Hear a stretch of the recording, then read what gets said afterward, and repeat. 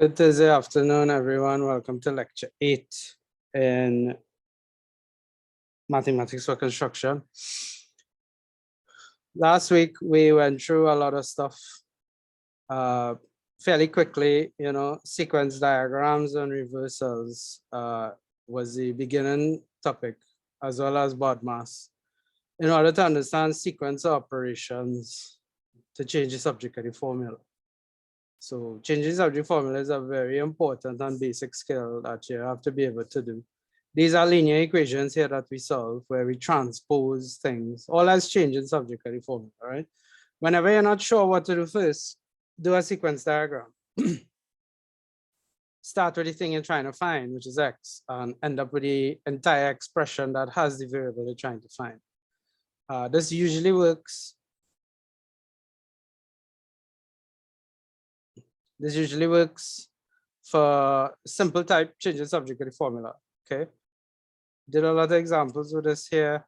You really don't need me to check, or you don't really need to know what the answer is. You just substitute your working back into the equation and see if you get the same answer on both sides. Right? That's how you check over your work. We spoke about every product of two numbers is 0. It means that one of the numbers, at least one of the numbers, is 0.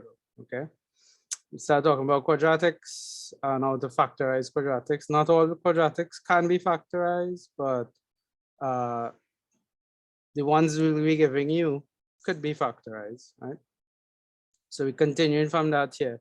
We have roughly 3 or 4 steps in how to factorize a quadratic. Again, a quadratic is of this form here. Now this is an equation because they have equal to 0. But we kind of want to focus on the expression, the stuff on the left, right? Ax squared plus bx plus c. A is not 0.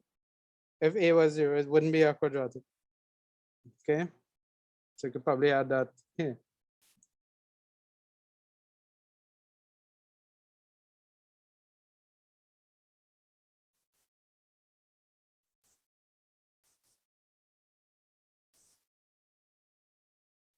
Right? A is not equal to 0, and the highest power of x is 2. That's what quadratic is. So steps to factorize, find the product AC. A and C has signs, so the product would be a sign as well. Find factors of AC that sum to B. That's really. If you can't find factors of AC that sum to B, then it can't be factorized. It really is that simple. Rewrite the equation to express B as a sum of the 2 factors. Keep in mind B has a sign as well. And then do partial factorization on the expression. So you had an example here. A is 1, C is minus 10, AC is negative 10. What are some factors of negative 10? We could try plus 1 and negative 10, negative 1 and plus 10. 1 by 10 is 10, right? But you see how these signs are important, right? We want to find factors of negative 10. 2 and 5 would work, but you can't say plus 2 and plus 5. Plus 2 by plus 5 is not negative 10, that's positive 10. Okay, so the signs have to be different. And then those are factors F1 and F2 that we find. For each combination F1 and F2, we find the sum, and is that sum equal to B?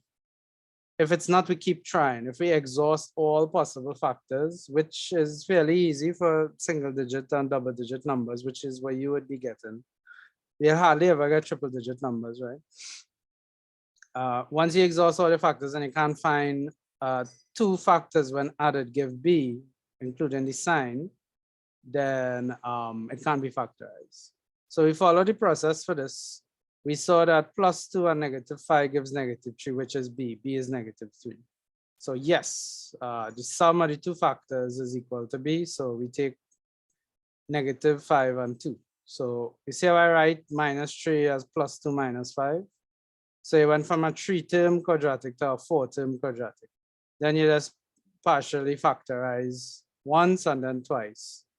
And if it's equal to 0, then either this equals 0 or that equals 0. Either x is 5x equal to. You can't say and. We went through that. You can't say and. It's or. X can be 5 and 2 at the same time.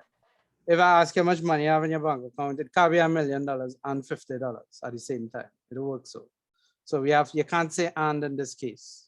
You could say, you have to say or, either or, because both expressions in brackets here contain x, okay?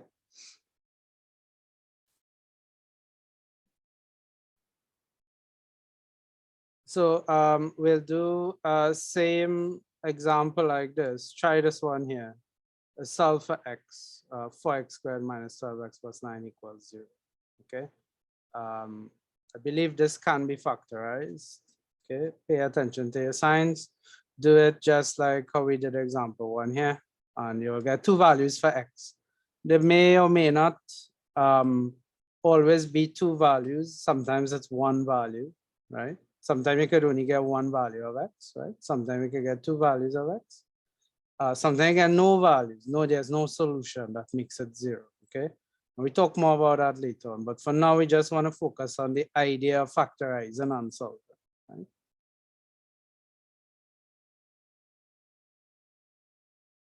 Okay, so we're gonna duplicate this table here.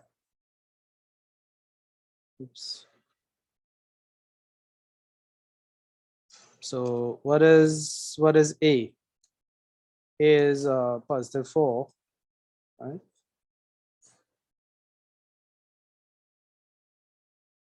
And C is positive 9.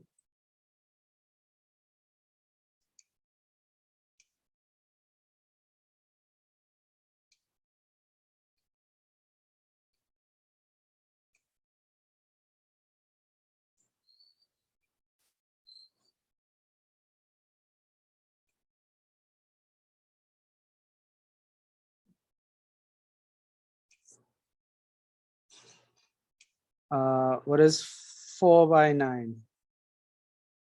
4 by 9 is 36, positive 36, right?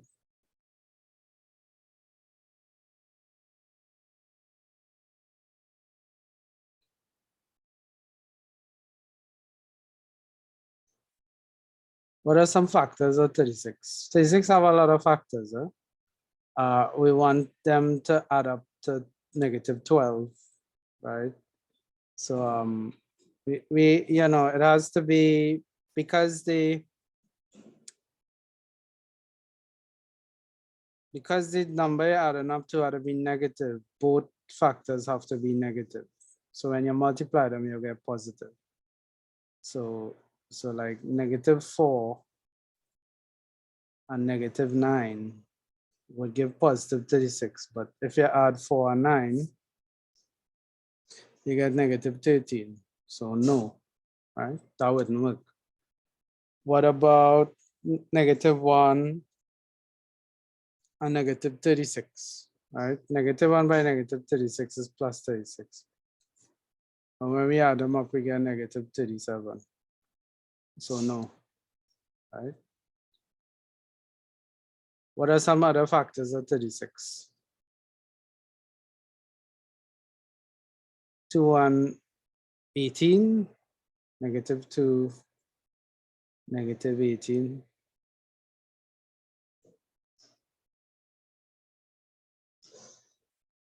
2 by 18 is 36, but minus 2 minus 18 is minus 20. So no, that wouldn't work.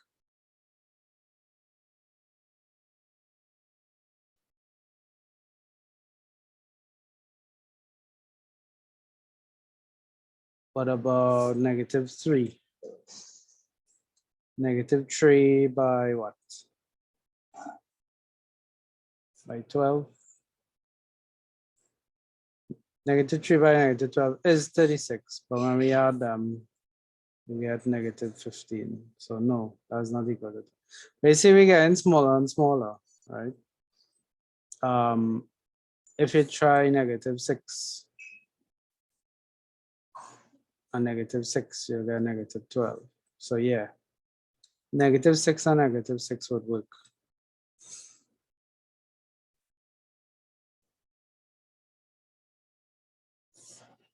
Right?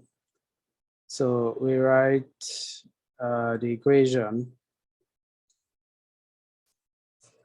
Write negative 12 as negative 6x, negative 6x, right?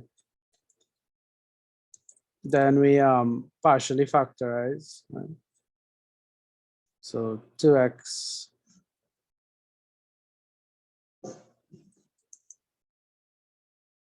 into 2x minus 3, okay? 2 by 2 is 4x squared and 2 by 3 is 6x. And then immediately you write the brackets over here. And you try to figure out, well, what I need in front of this 2x minus 3, right? So what by 2x is minus 6x? I need a negative and I need a 3, right? Need minus 3. So I'm gonna get 2x minus 3 2 times when I factorize again.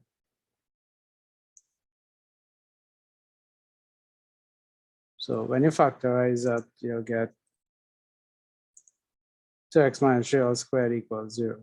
The only way that could be 0 is if 2x minus 3 is equal to 0. This means x is equal to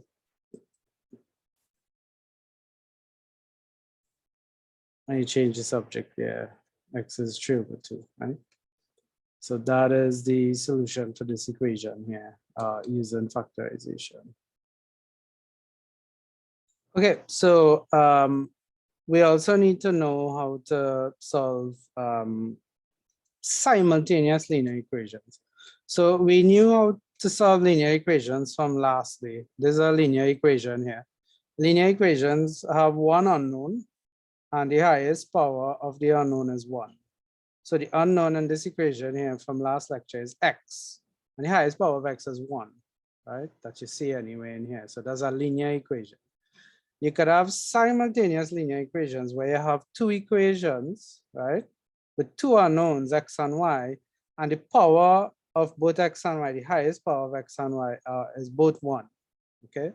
So it's simultaneous because we need to find solutions for x and y that make both of these equations true. So we have to solve them simultaneously at the same time, right? That's really what simultaneous equation means. But it's a linear equation. Both equations are linear because the highest power of every unknown is 1. Okay. Now you have a lot of techniques to solve this. Method 1 is say elimination. Elimination method is a popular method to solve these things, right?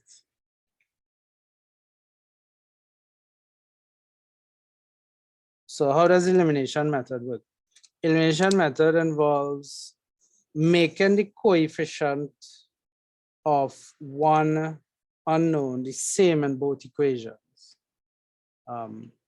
So in this technique,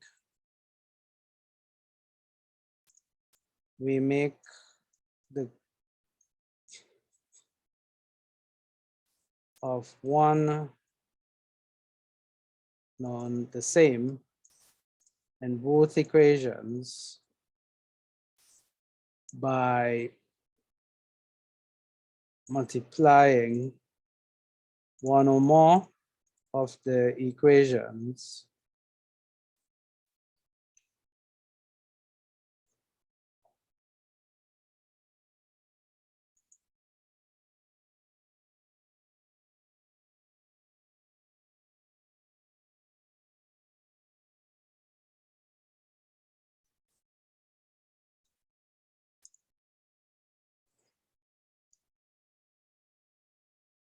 by a constant, okay? Then we either add or subtract both equations, thereby eliminating one of the variables to form a new equation, right? So yeah, look at the example here.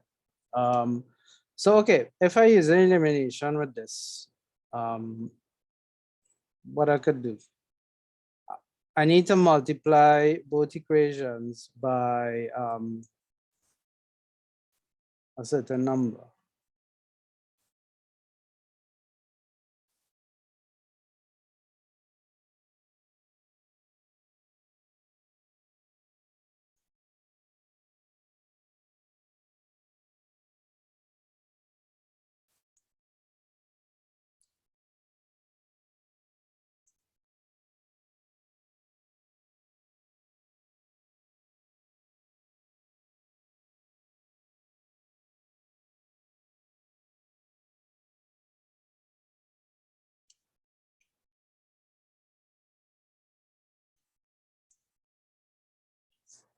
So a good idea is to label the equations, right? This equation 1 and this equation 2.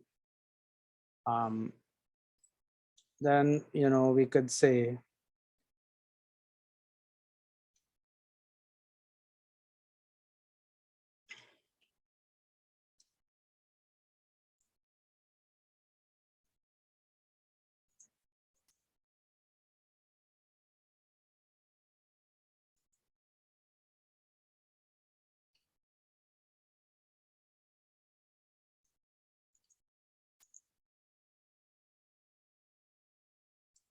we can make a statement. We can multiply equation 1 by 3, and we multiply equation 2 by 2. Okay. What we'll get? We'll get 2 brand new equations, right?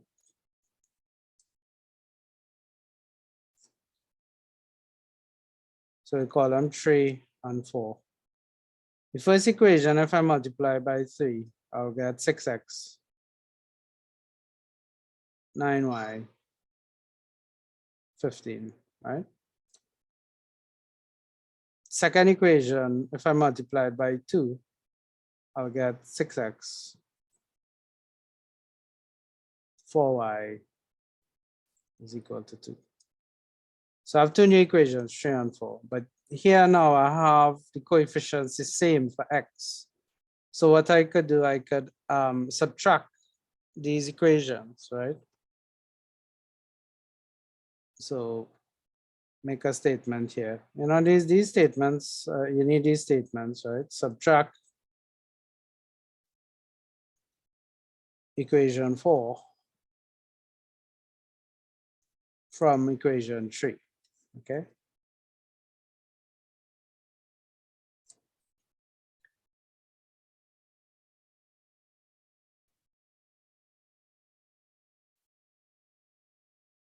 So if you subtract equation 4 from 3, you're basically saying 3 minus 4, okay?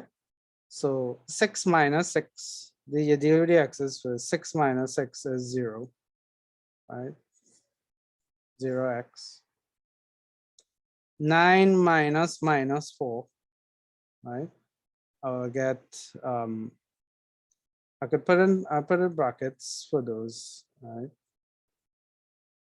I could write it out, 6x minus 6x.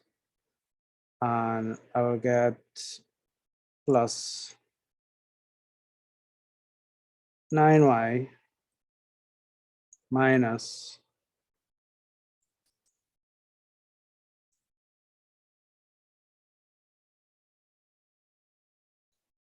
is equal to 15 minus 2, okay? We could call this thing equation 5 even after we simplify it, right? You don't want to call it equation 5 yet until after you simplify it, right? So 6 minus 6 is 0. That's 9 plus 4. So that's 13y is equal, 15 minus 2 is 13, right? This means y is equal to 1.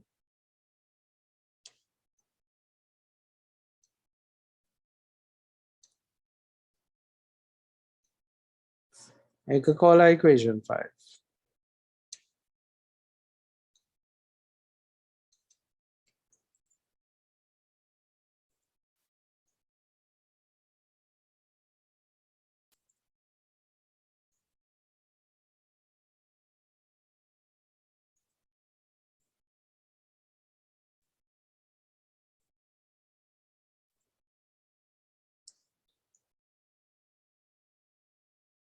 So y equal 1, we could call that equation 5 and we say substituting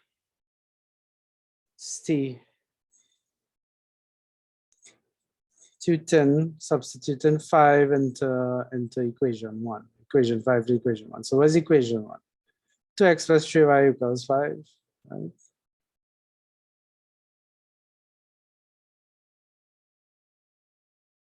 And wherever you see x, you're gonna, sorry, wherever you see y, you're gonna put 1. Right? So 2x plus 3y, y is 1 from up here, equal 5. This is 2x plus 3 equals 5. 2x equals 5 minus 3. See, again, changing the subject-ary formula.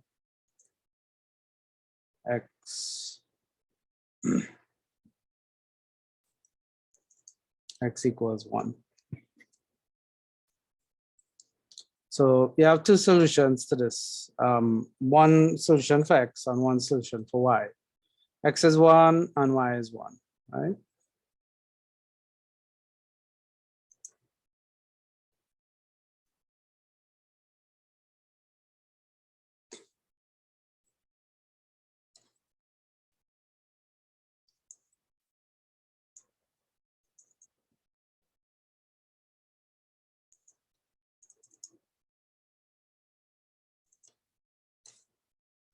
So solution x is 1 and y is 1.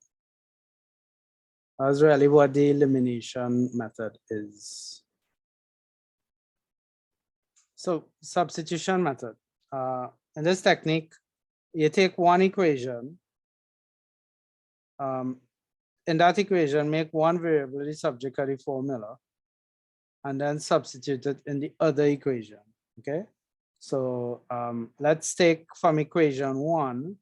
Let's make x the subject-ary formula in equation 1. See why changing the subject-ary formula is important, right? I'll draw across this 3y to get 5 minus 3y and then divide by 2. So this is what x is here. We call it equation 3. Then I say substitute equation 3, not into equation 1, because I got this from equation 1. So I have to put it in the other equation, equation 2. What is equation 2? 3 by x. So 3 by all of this is 3 by 5 minus 3y over 2 minus 2y equals 1. Multiply both sides by 2, which is the denominator, to get rid of that denominator. This numerator will remain, but this 2y will change to 4y, and this 1 will be to 2. Expand, transpose, simplify, we get y equals 1. We call it equation 4. And just like the previous one, when you get a value for y, you can substitute that into any equation. However, a better approach might be substituting into equation 3. Because equation 3, we already have y as the subject-ary, x as the subject-ary formula, right? So I could say x is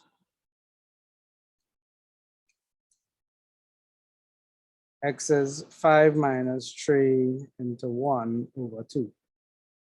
So x is equal to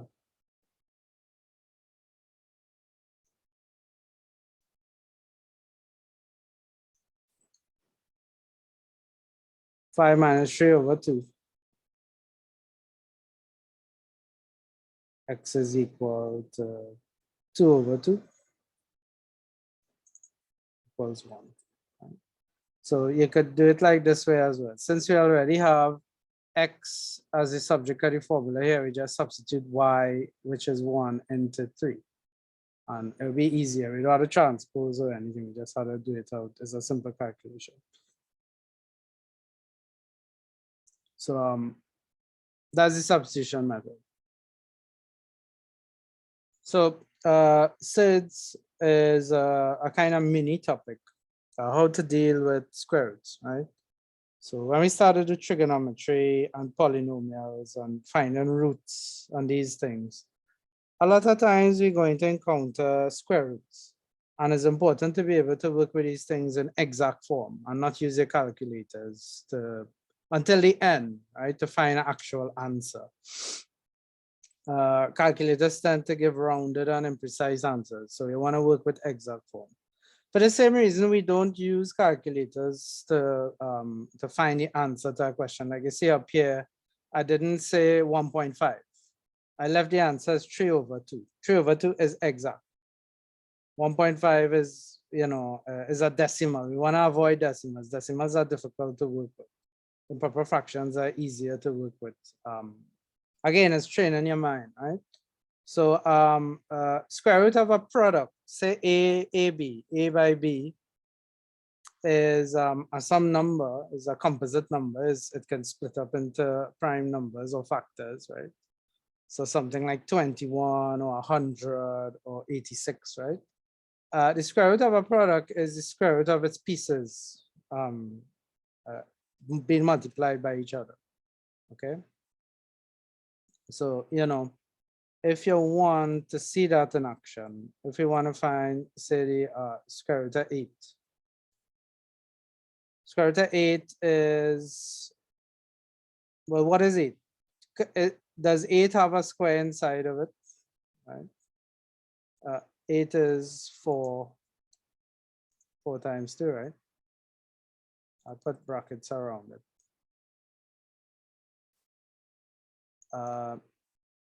This is square root of 4 times the square root of 2. Square root of 4 is 2, so this is 2 root 2, okay? That's how we represent that in exact form, right?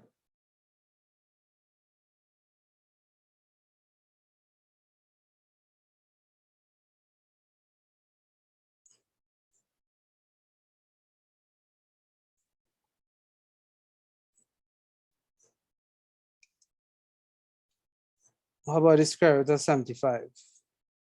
Does 75 have a square inside of it? What are the square numbers? 1, which is trivial, 4, 9, 16, 25, 36, right? Those are the square numbers. Is there a square inside of 75? Can 75 be represented as a product of a square times something else? That's what I'm asking you.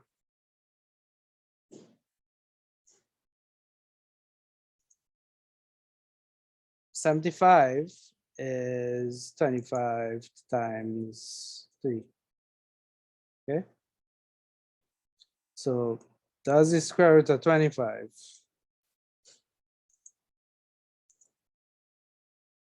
times the square root of 3? And we represent that as 5 root 3. Okay. So this is how you could take a lot of numbers. When finding the square root, I don't want you to use your calculator to give my answer. Break it down in its simplest form to something that you see here, right? So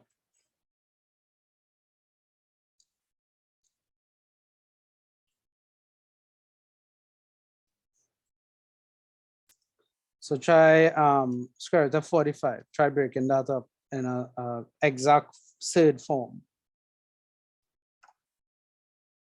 So if I could represent 45 as a product of a square and another integer, it means I could decompose it. Not all numbers you could decompose, like 10. 10 is 2 by 5. You can't do anything with 10. Square root of 10 is the square root of 10. Same thing with a prime number, like say 11. Square root of 11 is root 11. You can't do anything with that, right? But 45, we can split it up into a square by something else. 45 is 9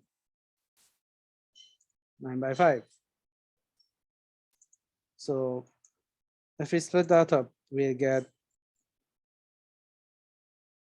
square root of 9 by the square root of 5. And that's really 3 root 5. Okay? This is the simplest form there.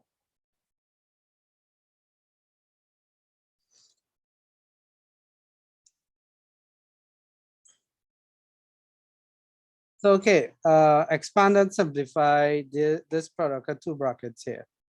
Okay. This is only numbers now, but you have surds in it, you have square roots. And you have to give your answer in exact form, no calculators. Okay. We have no fractions here, so this is not so bad. But you're going to expand it just like how you was expanding things way back when, like here. You see x minus 3, x plus 7. This is lecture 7, right? Last week. Just like how you expand 2 brackets to get 4 things, you do the same thing here, expand any brackets to get 4 things, right? This is not really doing what I just did up here, right? But when you multiply it out, you should simplify your answers. You will get a whole number and you will get a surd. Okay? Have fun doing that. So let's expand this. Everything in the first bracket by multiply by 1, right? So you're gonna get 3 by 1 is 3. Oops. Root 2 by 1 is plus root 2. Okay, so that's everything by 1. Now everything in the first bracket by negative 3 root 2. So 3 by negative 3 root 2, that's negative 9 root 2. And root 2 by negative 3 root 2 is negative 3 by 2. Okay. So root 2 by negative 3 root 2 is negative 3. Root 2 by root 2 is 2. So this is most likely 6. This is what? 3 minus 6. That's the whole number part. Plus these guys here. Right. 3 minus 6 is negative 3. Right? And 1 root 2 minus 9 root 2 is minus 8. Oops. Root 2. Right? You always put the whole number first, and then the surd comes second. Okay. You don't need to factorize the minus sign. Okay. That's how you would simplify something like that. Right? Moving on to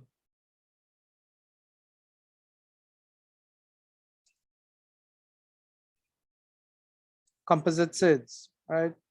So a composite surd is a surd of the form a number, a whole number plus b by some square root, some surd prime number or something like that, right? I don't have to be prime, it could be something like 23, right? Sorry, 26, right? 26 is not a prime number, but we can't decompose it into a square, right? This was a composite surd here, right? We have a whole number and another number and a square root of something, right? Notice the C is positive, right? Because we don't really want to talk about finding the square root of a negative number yet, right? This course is not about that. So C has to be greater than 0. So like 1, 2, 3, 4.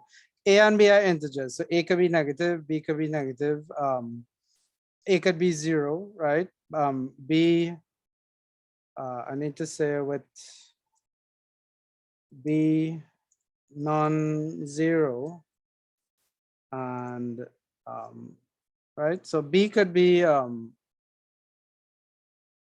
B cannot be 0, because if B is 0, then you don't have a surd anymore, you just have a whole number. A is some integer, right? A could be 0, right? So yeah, you have a composite surd here. What's the conjugate of a surd, right? So if you have a composite surd like A plus B root C, the conjugate of that is A minus B root C. And the conjugate of a surd has a property with the surd such that when you multiply them, you get a positive, not positive, you get a whole number when you multiply them. You get a number with no square roots, right? if you have a third, let me see.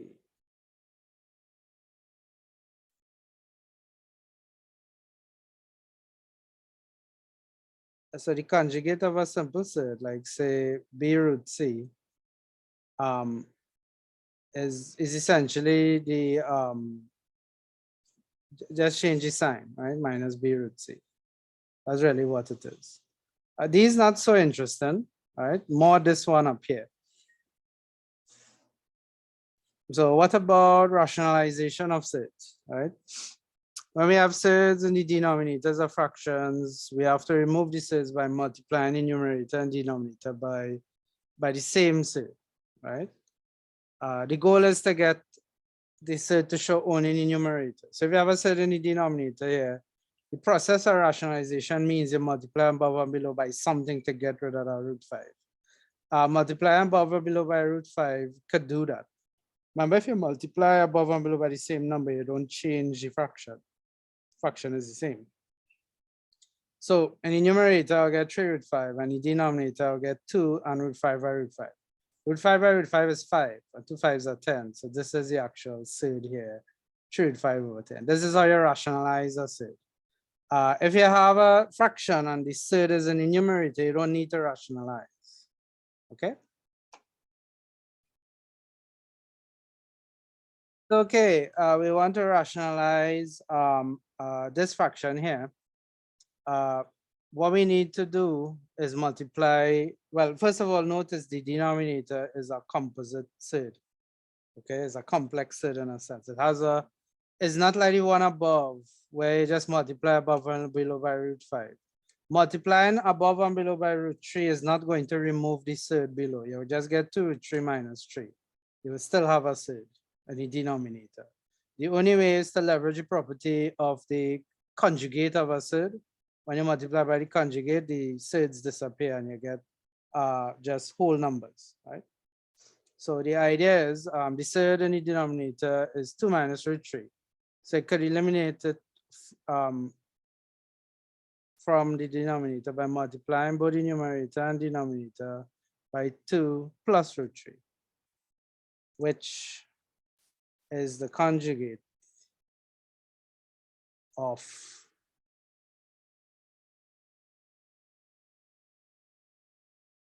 this, right?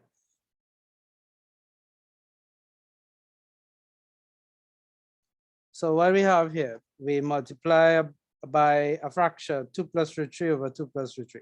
That's like multiplying by 1 over 1. This 2 plus root 3 comes by the 5, and the two denominators are multiplied. When you multiply a third by its conjugate, is always the first number squared minus the second number, okay? Squared. So 2 by 2 is 4, root 3 by root 3 is 3, and it's always minus. It's always minus because you notice minus by a plus is a minus, right? So that's what you will get here. That's how conjugates work. 4 minus 3 is 1, so this is actually 5 into 2 plus root 3. If you look at this here, if you look at this fraction here, you would never think that this fraction is actually equal to 5 into 2 plus root 3. Right? I could even put that here. This is 5 into 2 plus. Right? You would never think that this fraction is equal to this here. But as the process of rationalization would show you that. So I could take this out here, and I could, instead of rationalize, I could say show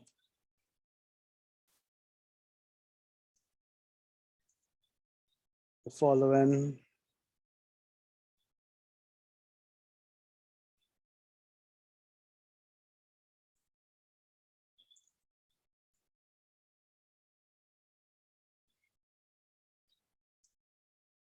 I could say show the following equality by rationalizing, right? So that's why we rationalize, because the stuff on the left is more complicated than the stuff on the right. The stuff on the right has no fractions, so it's easier to deal with and substitute into equations. The stuff on the left is more problematic, okay? So quadratics, we're going back to quadratics now. We want to talk about what a perfect square is. So this is an example of a perfect square, something in brackets, all squared, right? Let's work this out. What is this? Something squared, in case you forget, is just you write the brackets twice. Okay. So we wanna multiply this out, everything in the first bracket by the first term in the second bracket. So x by x, x squared, h by x is plus hx plus hx again, right? Because what we have now is both terms in the first bracket being multiplied by the second term in the second bracket. So x by h is xh. We write the letters alphabetical order, right? X by h is hx. H by h is plus h squared. And we could, these two middle terms could be simplified into one, right? So I could write that. Simplify again, this is plus 2hx, right? So this is the final answer you would get, which people gave me, okay? Now, rearranging the last equation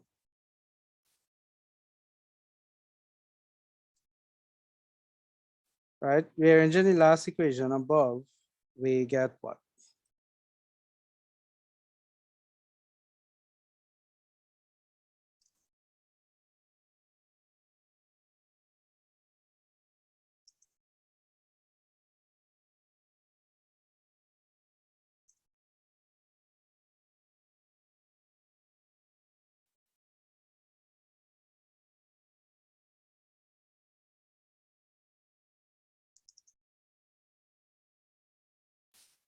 Right? Look at this, x squared plus 2hx is actually the difference of two squares. Remember we did difference of two squares a long time ago, right? So I'm basically introducing it here again in terms of a formula for quadratics, right? If I have x squared plus some coefficient of x, that is equal to the difference of two squares. Now, we could use this formula, you know, to convert any quadratic into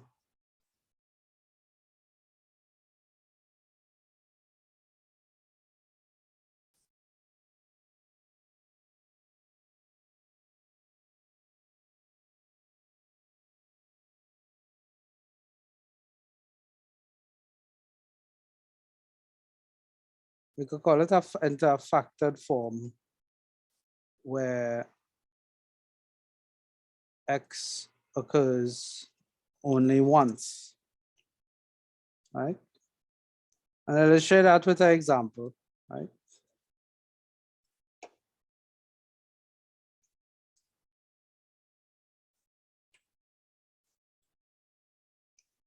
Let's take a quadratic, say I have x squared plus 6x minus 5, right?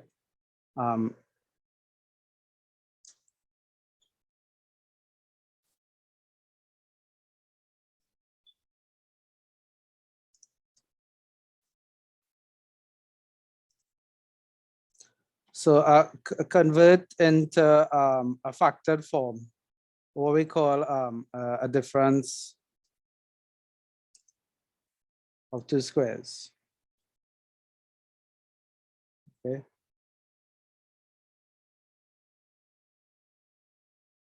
I'll use this term.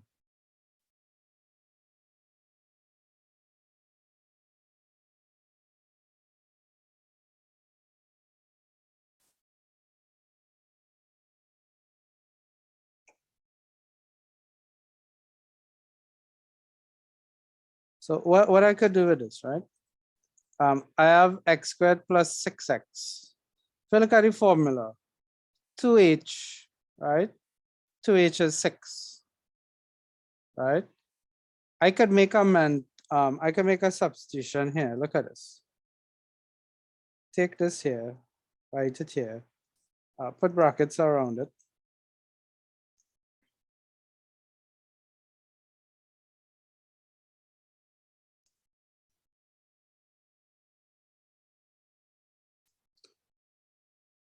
Right, so our brackets are x squared plus 6x. Now, if I say 6 is 2h, what will be the value of h?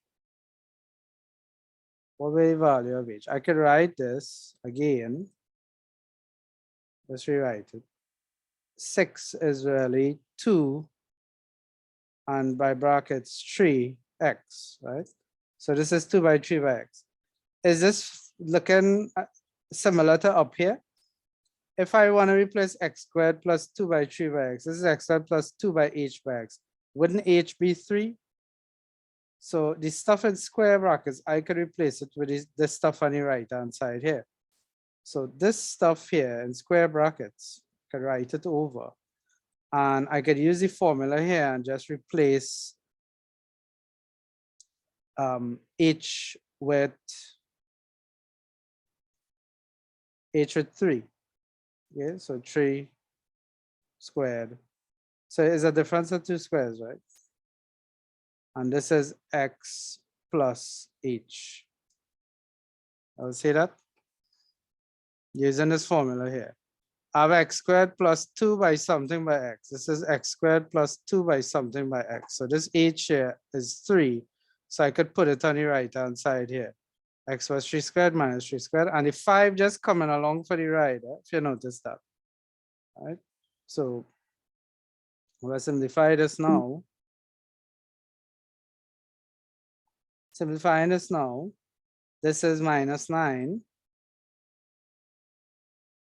And I could take out the brackets. And therefore, I would have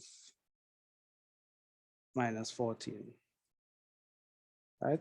So I just changed a quadratic from a form that have 2 x's to a form that has 1 x.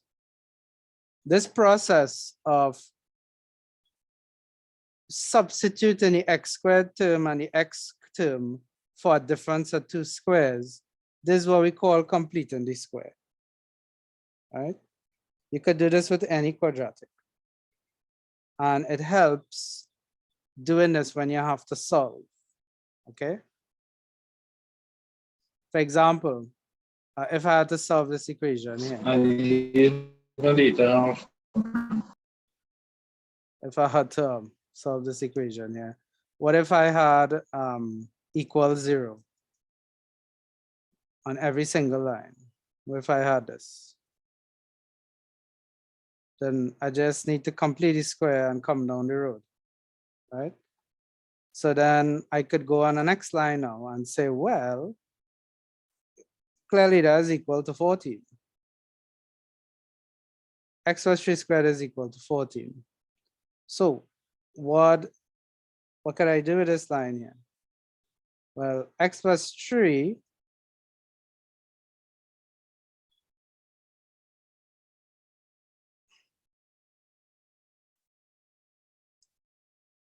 and we do sids, right?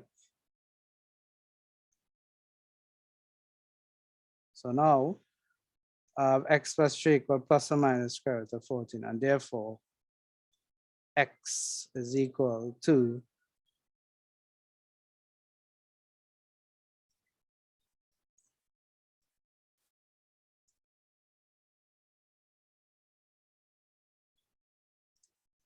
s is equal to negative 3 plus or minus the square root of 14. So you'll have two values. So you could say, you know,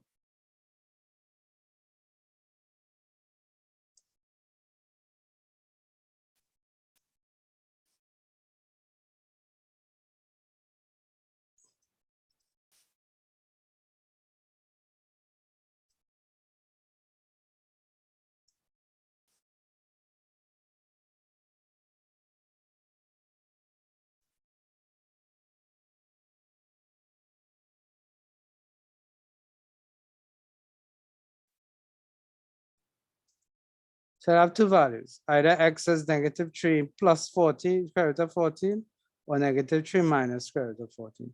This is an example of a quadratic that cannot factorize, right?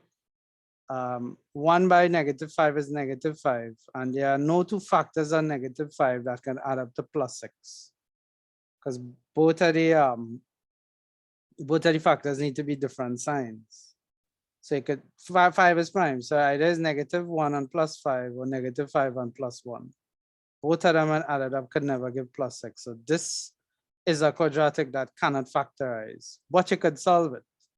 And we solve it by completing the square. Completing the square uses this formula here to substitute for the x squared and the x term. Basically, you're dividing the x term by 2 to figure out what h is. And then you substitute h into this formula here, and you have the constant carrying along for the ride. This is an alternative to using the quadratic formula, but this is where the quadratic formula comes from, right? Typically, you get two solutions, but sometimes you get one solution, like how we got up here. Where did we go? So we get one solution. Yeah? If you complete the square with this, you'll get one square.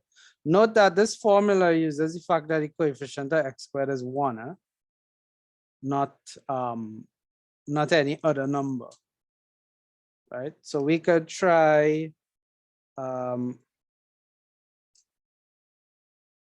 another example here. Let's say example 8.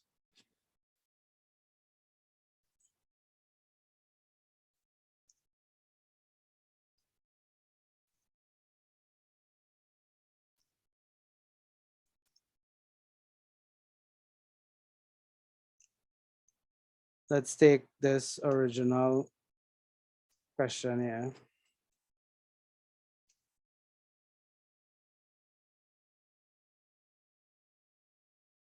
So what we could do for questions like this, we could just factor out the 4, right? So I could have 4, open brackets, close brackets, and I could just take out the 4. So this would be x squared minus 3x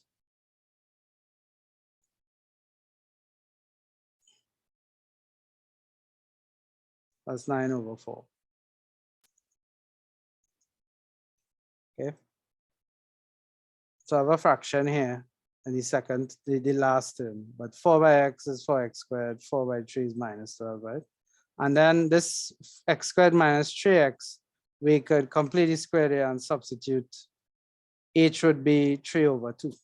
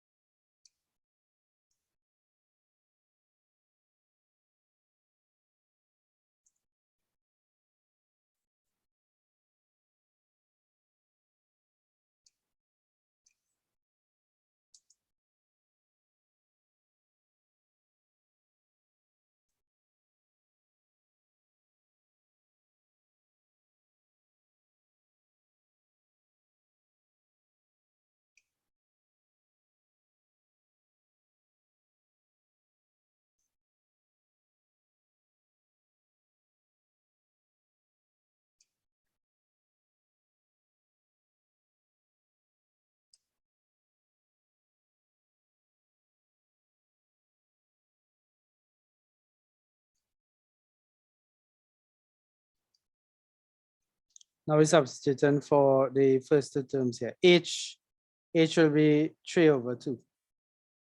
Well, it'll be -3/2, right?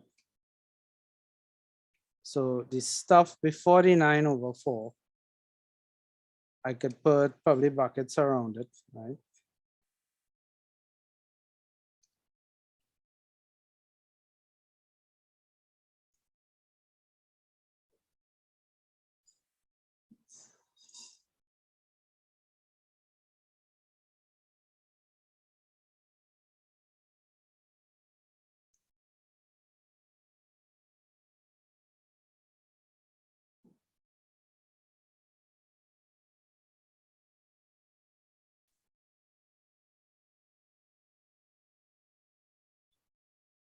Okay, so this x squared minus 2 by something x. Replacing that with x plus h squared minus h squared, right? So I'm gonna bring this down here for you all to see, right? This is what we're gonna call completing the square.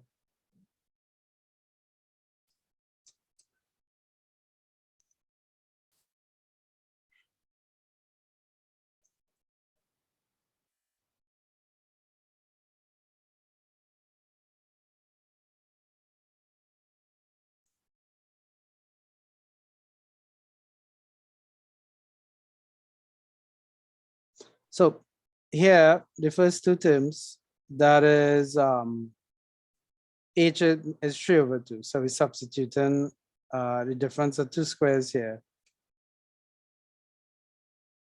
into the first two terms here, right? So we get something like that, right? With h is 3/2. So whenever you see h, you put 3/2.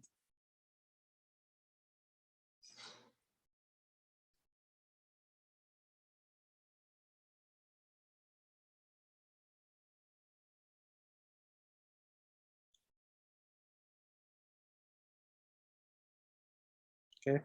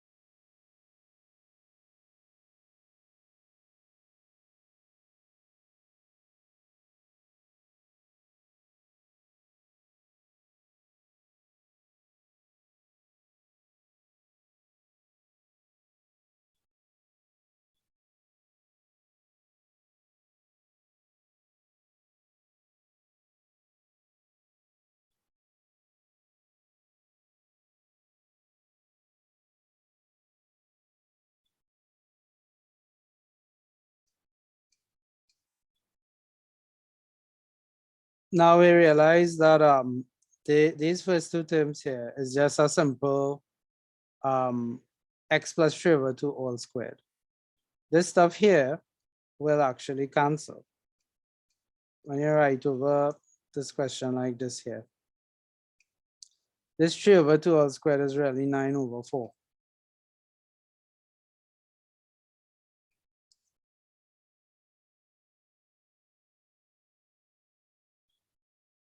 So I could take out the square.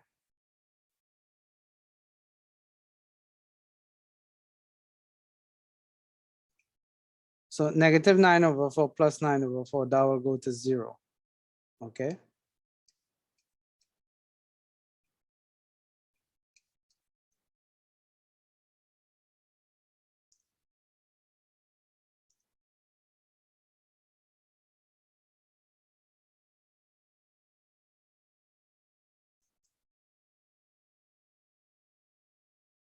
And essentially we have 4 by all this stuff here is equal to 0.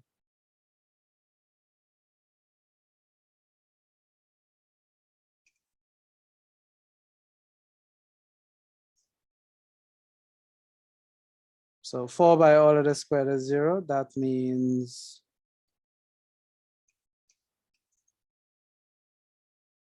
you take out the 4.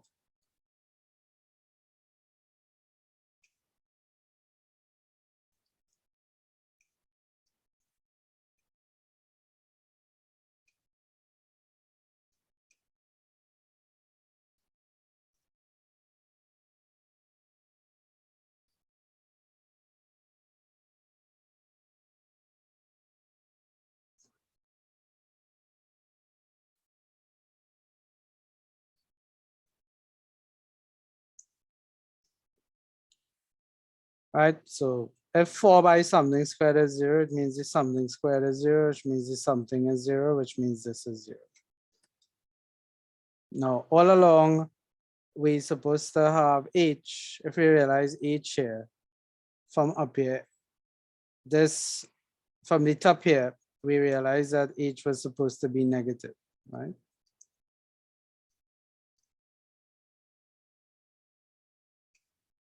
So you see in the third line, we're supposed to put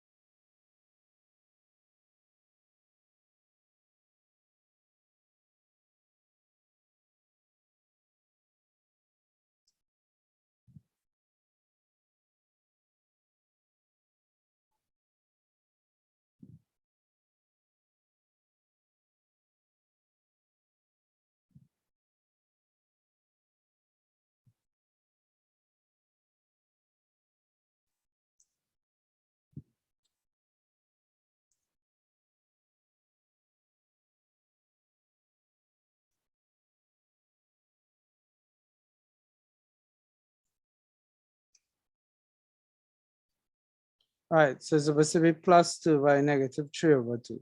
So that would mean that h is negative 3 over 2, right? So you change all this to negative here.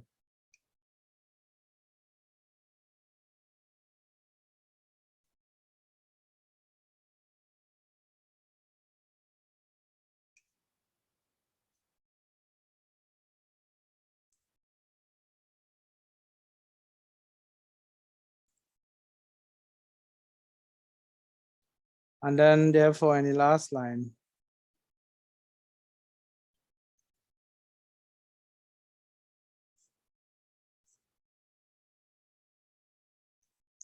right, x is just 3 over 2.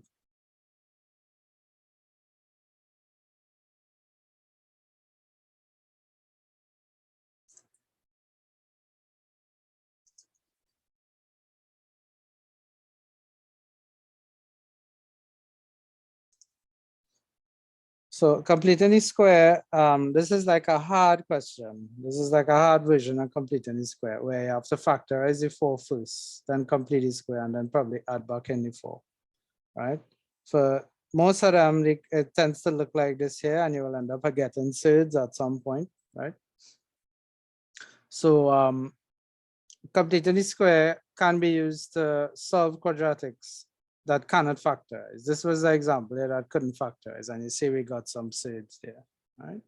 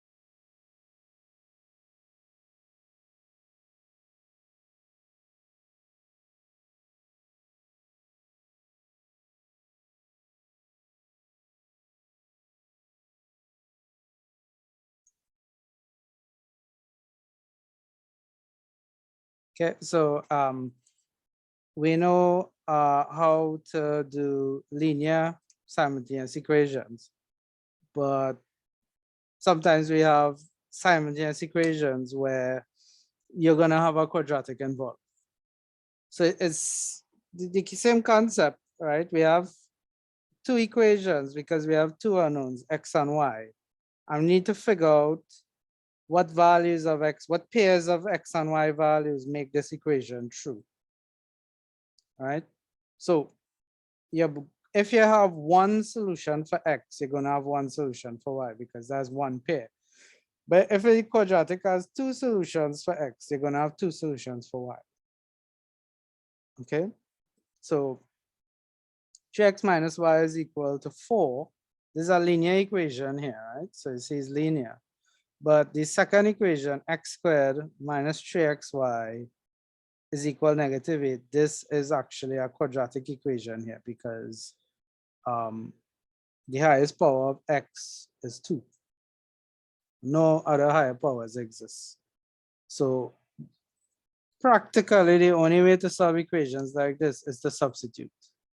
So you make one variable the subject of the formula in one equation and you substitute it into the other equation. So, you could rename these things, these equations, you could give them names, right?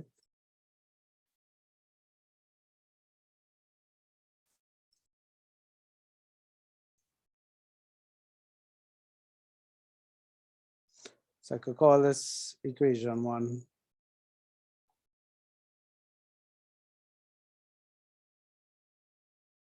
I could call that equation 2, right?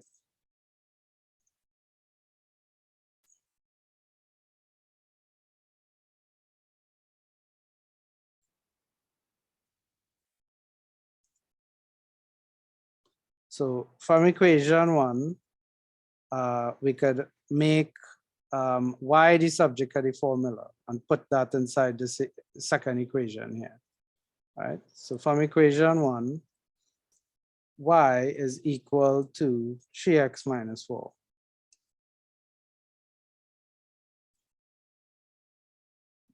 Call that equation 3.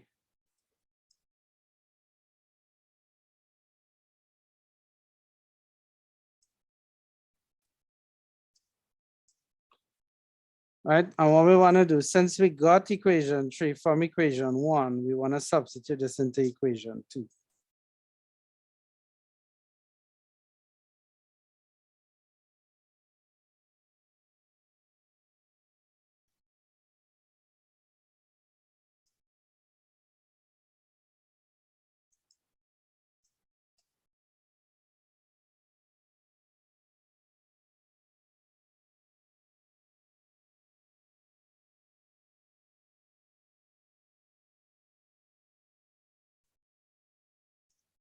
So wherever I see y, I put in 3x minus 4, right? So y is this thing here, put 3x minus 4 there. And then you really just need to simplify this by expanding, right?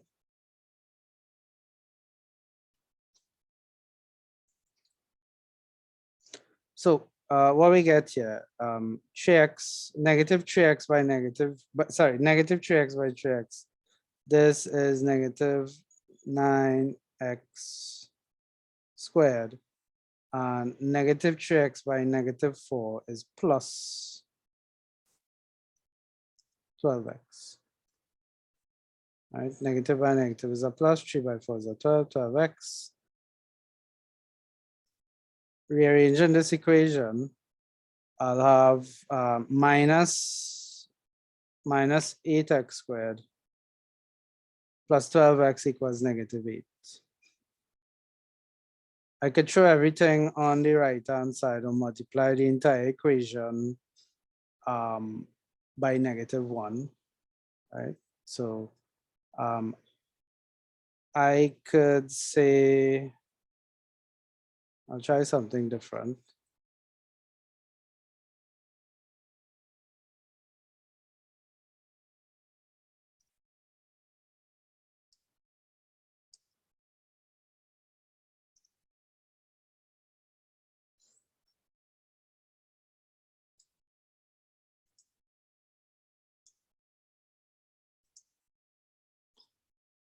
So I could divide both sides by -4.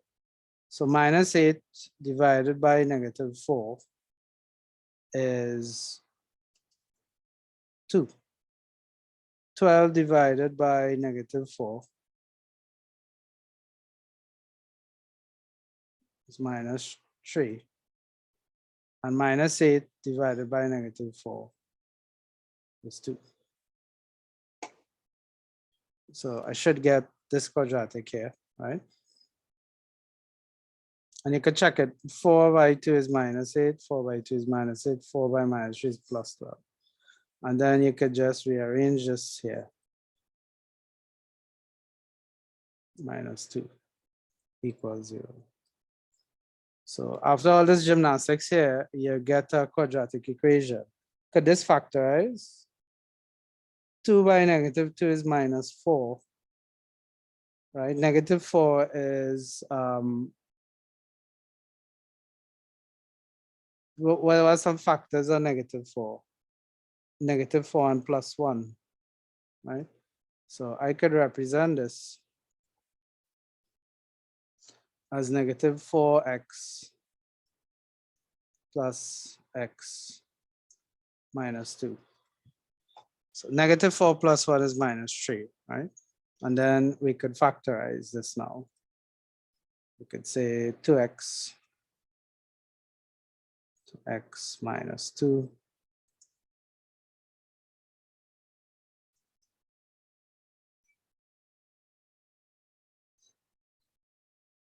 so factorize one go, right?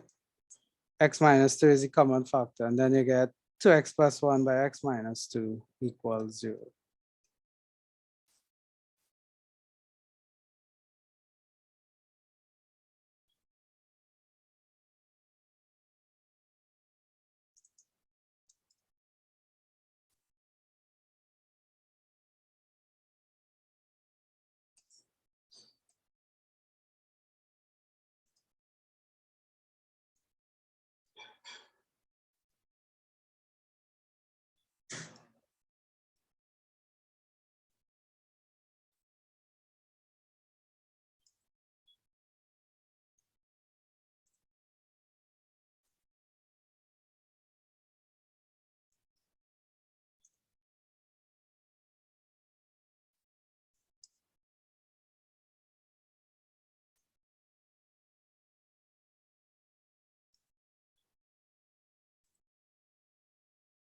So where we reach so far, we say either 2x plus 1 equals 0 or x minus 2 is equal to 0. From that, we could say either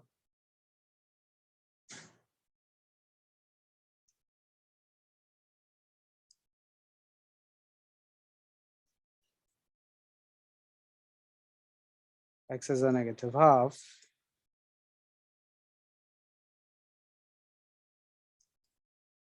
so either x is -half or x is 2. This half looking a little weird. All right, a minus sign here. That's how this looks, right? X is a -half or x is 2.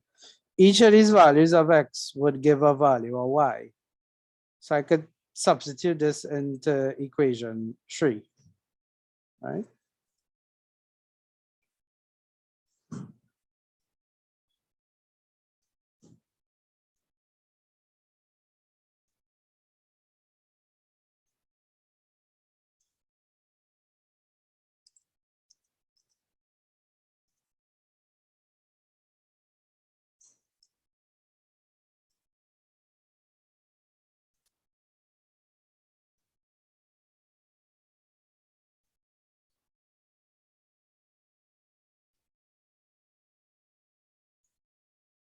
Right, so an x is -1/2.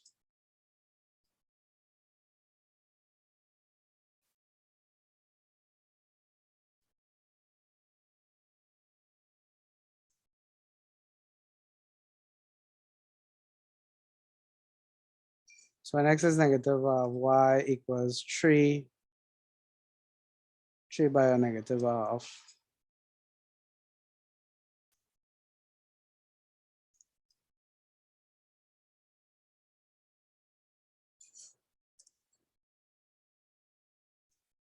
3 by negative minus 4.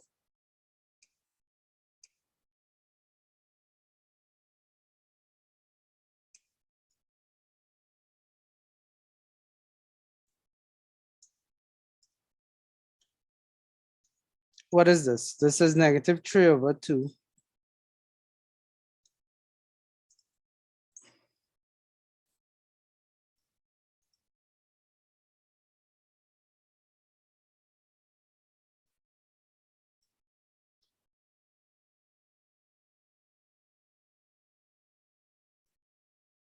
Four is 8 over 2,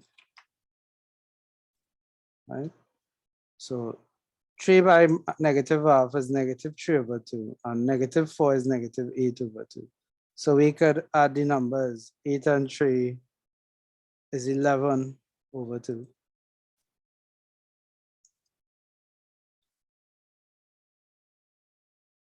So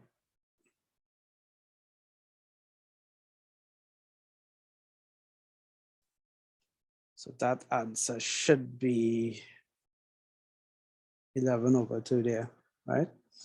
So negative a half for x yields a solution on negative 11 over 2 for y. And I could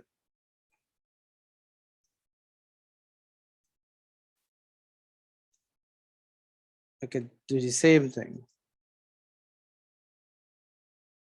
when x is negative, sorry, when x is 2, right? X equals 2 is the solution. So when x is 2, y is 3 by 2 minus 4. This is 6 minus 4 equals 2. So these are two pairs of solutions, minus a half, minus 11 over 2, and 2 and 2. So you can write this a certain way.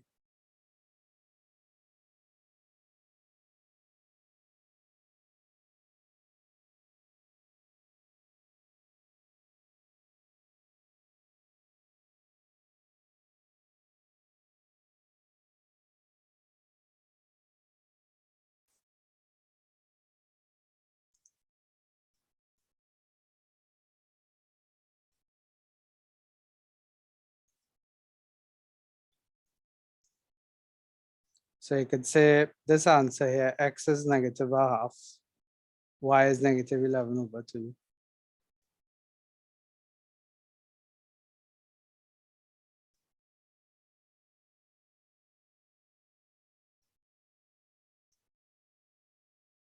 Or x is 2 and y is 2. Okay. These are the two solutions here. So let me write that down.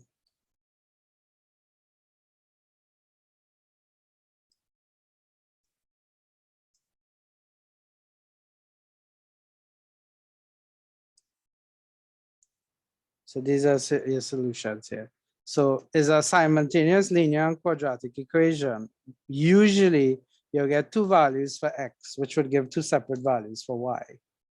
Okay, now the values of y could be the same, but it's definitely two different values of x.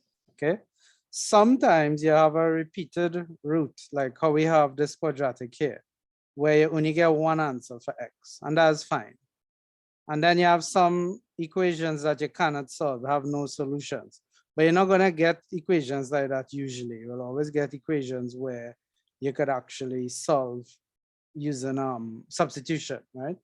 So you can't use the elimination method, like, you know, before you had like an elimination method where you multiply the terms, and that don't really work for when you have simultaneous quadratic equations.